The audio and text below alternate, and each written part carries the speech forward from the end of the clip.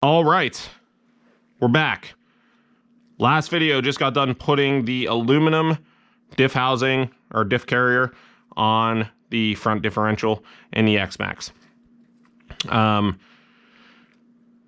So just because I already have it out and I did it in two separate videos because the last one took a little while, and the shimming video is actually going to be much faster. And my videos are long to begin with because it's no secret I kind of suck at this.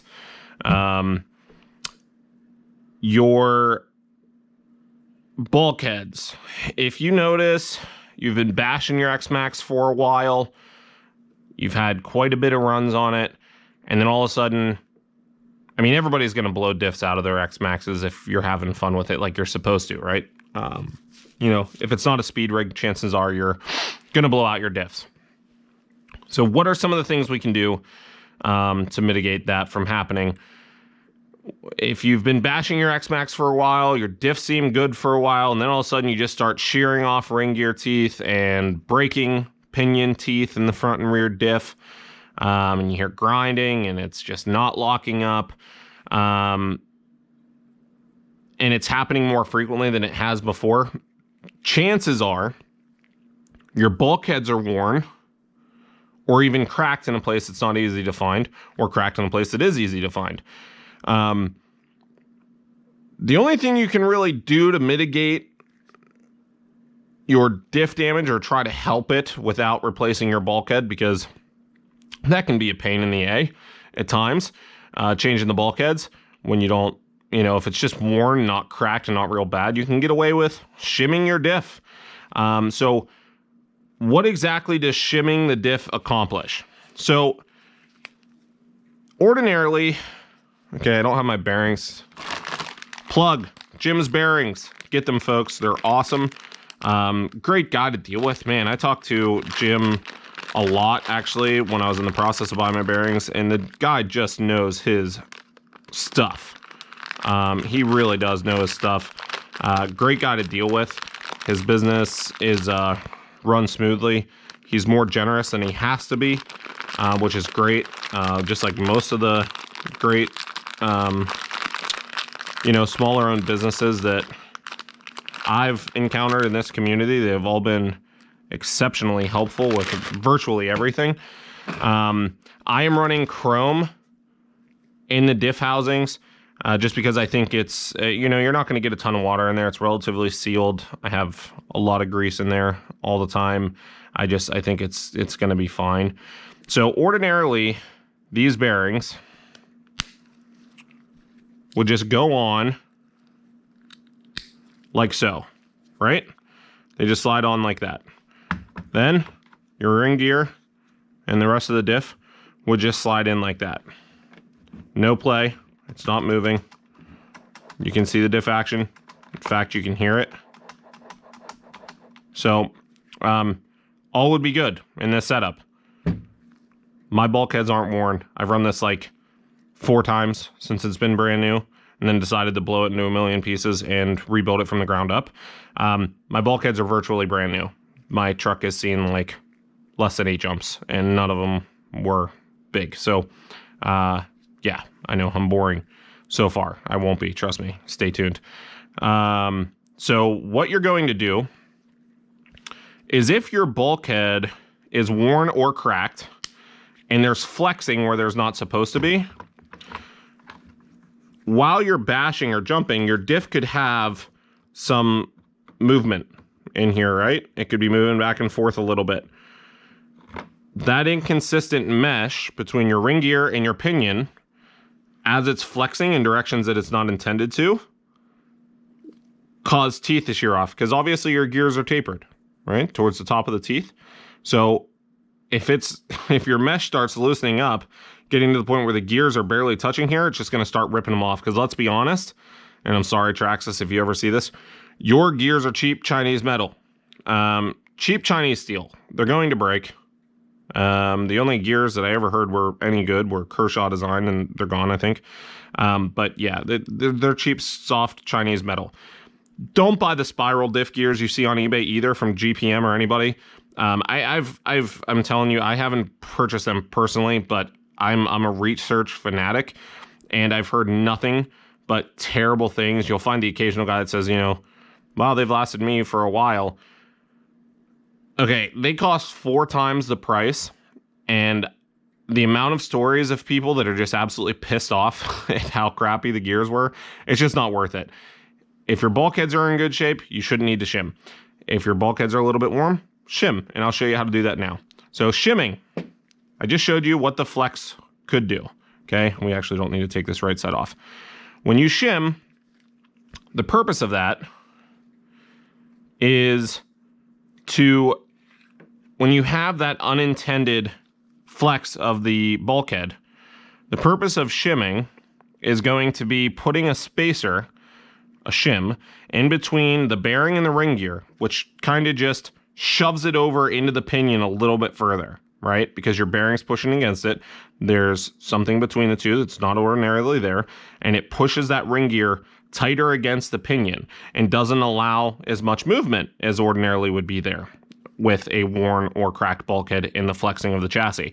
So these Teflon gears, if you watch my last video on me rebuilding the plastic carrier to aluminum carrier, come in part number 7781, okay? They're the regular nylon washers that come with the plastic diff carriers. You do have to trim them. I used my normal Traxxas scissors, well, these are Duratrax scissors, and just cut out, because it has to slip over top of the stub here, which it does, like so, because I've trimmed this one. Now, I did this,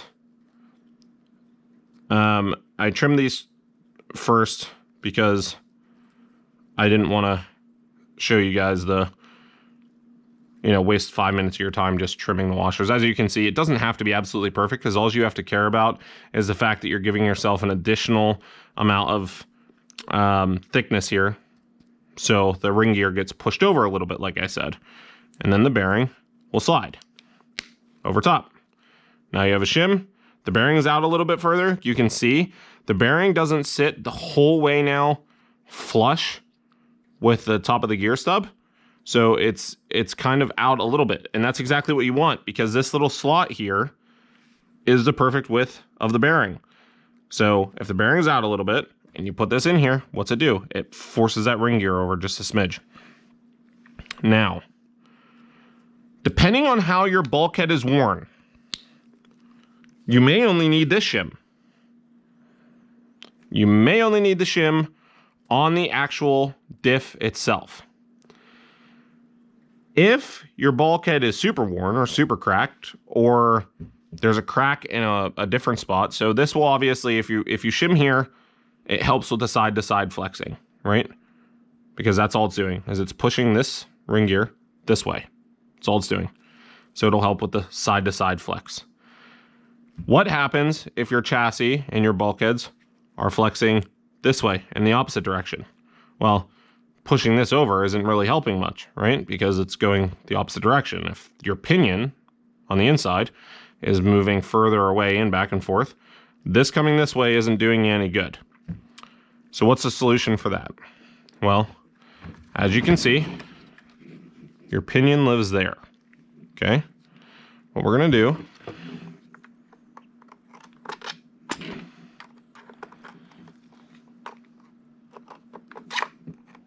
pull the pinion. Now, there it is. There's your pinion. Another Teflon washer, okay? This time, instead of trimming out the inside dimension, you have to trim the outside dimension, because it has to fit up in against inside of your pinion housing. So what I did is I actually, when I trimmed this one, I just set it on the pinion, and then I just kind of held it there, and I trimmed the edge of the pinion, which made it the perfect size. So now, instead of this going the whole way back, you have a shim on the back side of this pinion, which, again, if your chassis is flexing this way, in turn, when it flexes this way, it's taking your pin or your pinion and moving it further away from that ring gear, what's this shim going to do? It's going to push this pinion further towards your ring gear, right? So it's going to give you more room for that flexing. Well, not more room for the chassis to flex, because the chassis is going to flex anyways, but it's going to keep your pinion closer to the ring gear when the chassis is flexing like it's not supposed to. So then, after you would have that Teflon washer trimmed, you would slide your pinion back in. You have your shim on your side of the differential now.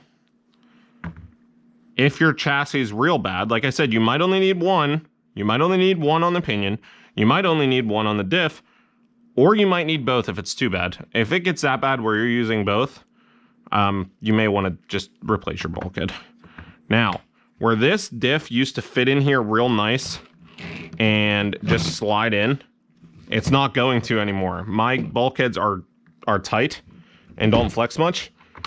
This thing is going to be tight as a bear. As you can see, I just pushed it in like hard and it's finally in.